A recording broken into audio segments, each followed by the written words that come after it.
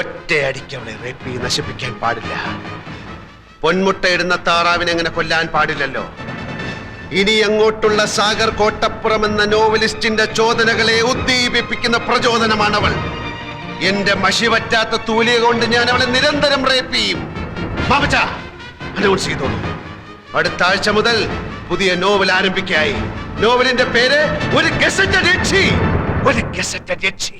ഒരു ഗസറ്റഡ് യക്ഷി. എന്റെ കർത്താവേ, എന്തൊരു പുതുമയുള്ള പേര്, ഒരു ഗസറ്റഡ് യക്ഷി. നന്ദി കോട്ടപ്പുറം, നന്ദി. ഞാൻ ഈ നിമിഷം പോകുന്നു, ലോകത്തെ മുഴുവൻ ഇക്കാര്യം അറിയിക്കാൻ പോകുന്നു. സാഗർ കോട്ടപ്പുറത്തിന്റെ ഒരു ഗസറ്റഡ് യക്ഷി.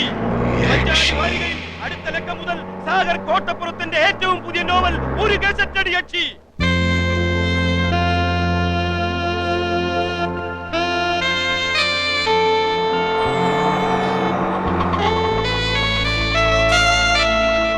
ടൗണിൽ മുഴുവനും പോസ്റ്റർ ഒട്ടിച്ചു കഴിഞ്ഞു. സാഗർ കോട്ടപ്പുറം എഴുതുന്ന സർവീസ് സ്റ്റോറി ഗസറ്റഡ് യക്ഷി. ആ തഹസിൽദാർ പൂതനയുടെ അതേ മുഖമാണ് പോസ്റ്ററിൽ. താലൂക്ക് ഓഫീസിന്റെ ചുവരിലൊട്ടിച്ച പോസ്റ്ററിന്റെ മുമ്പിൽ അവളുടെ ജീപ്പ് വന്ന് നിൽക്കുന്നതും പോസ്റ്റർ കണ്ട് അവൾ നടുങ്ങുന്നതും ഞാൻ നേരിട്ട് കണ്ടു. എന്താണ് അവളുടെ അടുത്ത നീക്കമെന്നറിയാൻ ഞാൻ കാത്തുനിന്നു. 5 മിനിറ്റ് കഴിഞ്ഞില്ല, പ്യൂൺ വെളിയിൽ വരുന്നു, പോസ്റ്റർ വലിച്ചു കീറുന്നു. ഞാൻ നേരെ മാമച്ചന് ഫോൺ ചെയ്തു. ഉച്ചക്ക് മുമ്പ് അതേ ചുമരിൽ പോസ്റ്റർ വീണ്ടും ഒട്ടിക്കുമെന്ന് മാമച്ചൻ എനിക്ക് വാക്ക് തന്നിരിക്കുക. Very good, very good. അവൾ തന്നെയാണ് ഗസറ്റഡ് യക്ഷി എന്ന് അവൾ അറിഞ്ഞല്ലോ. എന്നാലേ അവൾ നോവൽ വായിക്കൂ. വായിച്ചാലേ എഴുത്തുകാരന്റെ തൂലികയുടെ ശക്തി ആ ശൂർപ്പണഖ അറിയൂ. അതെ, അതിരിക്കട്ടെ, നമ്മുടെ കഥ എവിടം വരെയായി? താൻ ഞെട്ടരുത്. എന്താ? താനാണ് ഈ കഥയിലെ നായകൻ. ആണോ? അതെ, കാരണം ഇതിലെ നായകന് സൗന്ദര്യം ആവശ്യമില്ല. മത്തങ്ങ പോലുള്ളൊരു മുഖമാണ് വേണ്ടതെങ്കിൽ തനിക്കും നായകനാകാം. ഈ വിഷയം നമുക്ക് പിന്നീട് ചർച്ച ചെയ്യാം. അല്ലെങ്കിലും ഇതൊരു നായക പ്രാധാന്യമുള്ള കഥയാണ്. അടിമുടി അവളാണ്. അവളുടെ കൗടില്യങ്ങളുടെ കഥയാണ്. ആദ്യ ഭാഗം ഞാൻ വായിക്കാം. സാധാരണ പൈങ്കിളി നോവലിലെ പോലെ ആമുഖമോ വർണ്ണനകളോ ഇല്ല. അവളുടെ അന്തരാളത്തിലേക്ക് നേരിട്ട് കിടക്കുകയാണ് നോവലിസ്റ്റ്. ഇവൾ അനിത. പുതിയ തലമുറയിലെ പെൺകുട്ടികളുടെ ആസൂത്രണ മനോഭാവത്തിന്റെ കഥ ഇവളിൽ നിന്ന് തുടങ്ങുന്നു. ഇവളിൽ പ്രണയത്തിന്റെ ലോലഭാവങ്ങളില്ല. മനുഷ്യബന്ധം, ദയ, കാരുണ്യം തുടങ്ങിയ വികാരങ്ങൾ ഇവൾ കന്യം. നേട്ടങ്ങളിൽ മാത്രമാണ് നോട്ടം. കീഴടക്കല്ലാണ് ഇവളുടെ സംതൃപ്തി. സൗന്ദര്യമാണ് ഇവളുടെ വജ്രായുധം. ഒരേ സമയം പല കാമുകന്മാരുടെയും വിശ്വസ്തയായ കാമുകി. നഗരത്തിന്റെ ശാപമെന്നല്ല അതെന്തു പറയാൻ. ഇന്നവൾ ഇവിടെ municipal commissioner.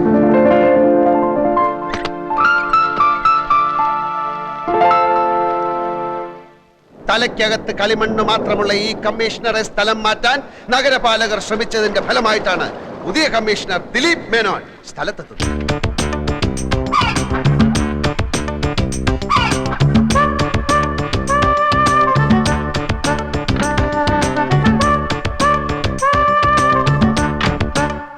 Hello, mister Dileep Menon.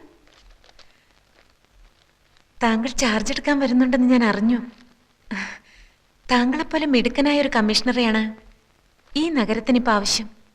I heard you are so imaginative, a man with lot of innovative ideas. Yes sure. Before you take charge, shall we meet?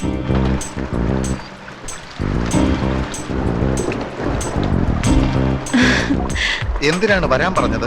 ആദ്യം അകത്തോട്ട് കടന്നിരിക്കൂ. പറയാനുള്ളത് പറയൂ. ഒരുപാട് പറയാനുണ്ട്. എങ്കിൽ ഞാൻ നാളെ വരാം. ഈ അസമയത്ത് മഴ നനയാതെ അകത്ത് വന്നിരിക്കൂ ദിലീപ്. ഞാൻ ആകെ തൃശങ്കു സ്വർഗത്തിൽ പെട്ടതുപോലെ തോന്നുന്നു. അനിത ഇനിയും ചാർജ് ഒഴിഞ്ഞു തന്നില്ലെങ്കിൽ തരാമല്ലോ. Then let me take charge tomorrow. അത്ര പെട്ടെന്ന് വേണോ? ഇങ്ങനെയൊക്കെ ചോദിച്ചാൽ ഞാനിപ്പോ ഈ വാടക വീട്ടിൽ എന്തിനാണ് ഇങ്ങനെ താമസിക്കുന്നത് എന്ന് തന്നെ എനിക്ക് മനസ്സിലാവുന്നില്ല. എനിക്ക് മനസ്സിലാവുന്നുണ്ട്. എന്തിനാണ്? എപ്പോഴും എനിക്ക് കണ്ടുകൊണ്ടിരിക്കാൻ. നമ്മൾ തമ്മിൽ ആദ്യമായി കണ്ടത് എന്നാണെന്ന് ദിലീപിന് ഓർമ്മയുണ്ടോ? അന്ന് ഈ വാടക വീട്ടിൽ വെച്ച്?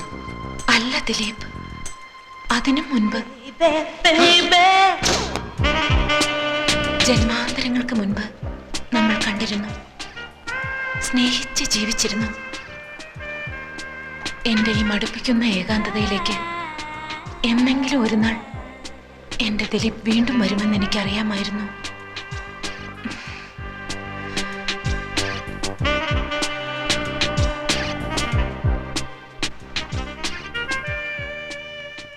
തനിക്ക് എന്താണ് സംഭവിക്കുന്നതെന്ന് ദിലീപ് മേനോന് നിശ്ചയമുണ്ടായിരുന്നില്ല.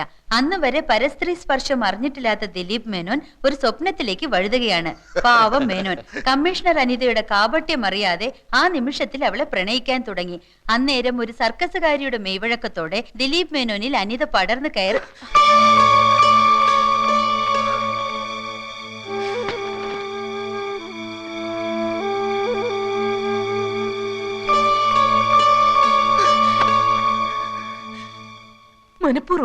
മനഃപൂർവ്വമാണ് ഒക്കെ. സാർ ഒന്ന് വായിച്ചു നോക്ക്. എന്തൊക്കെ വൃത്തികേടുകളാ അയാൾ എഴുതി കൂട്ടിയിരിക്കുന്നത്.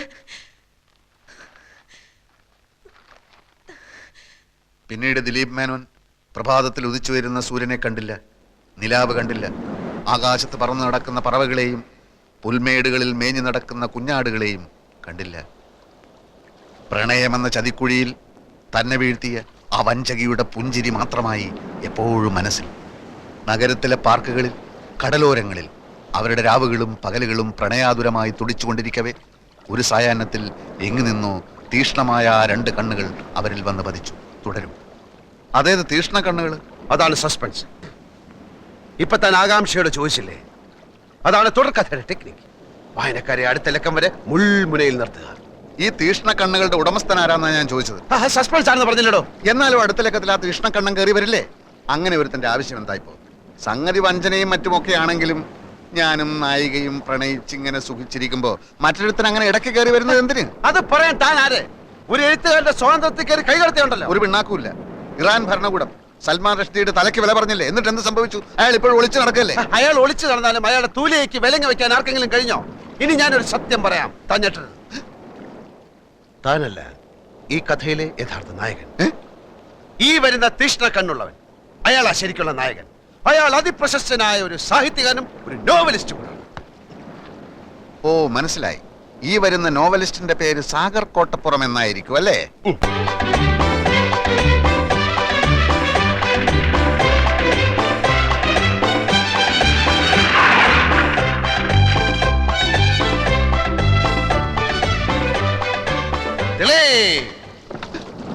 അയ്യോ, ഞാൻ ജയദേവൻ, ദിലീപിന്റെ സുഹൃത്താണ്, എഴുത്തുകാരൻ.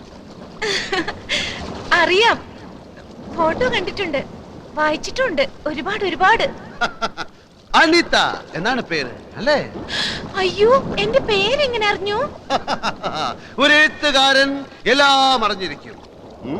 ഞാനിപ്പോ വന്നത് എനിക്ക് അനിതയോട് മാത്രമായി ചില കാര്യങ്ങൾ സംസാരിക്കാൻ.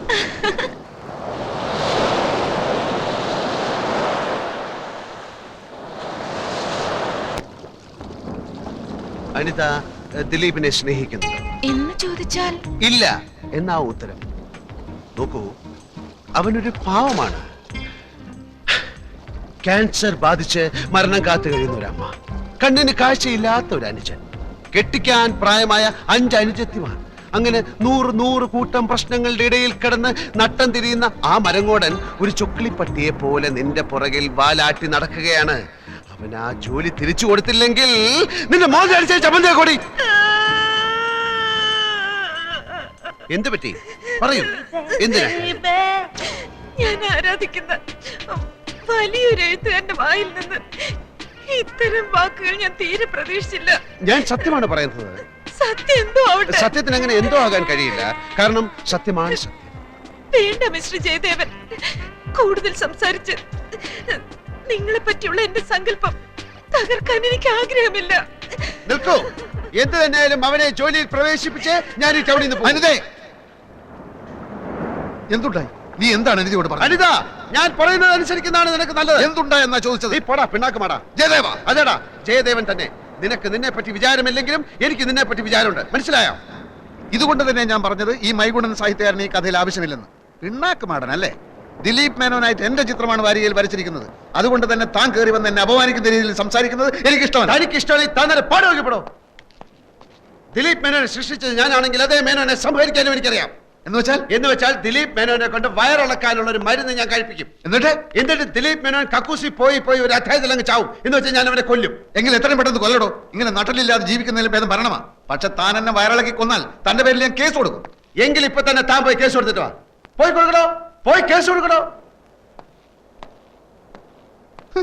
എന്നെ കൊന്ന കഥ എങ്ങനെ മുമ്പോട്ട് പോകും? മുമ്പോട്ടല്ലേ, ഞാൻ സൈഡിൽ കൂടെ കൊണ്ടുപോകും.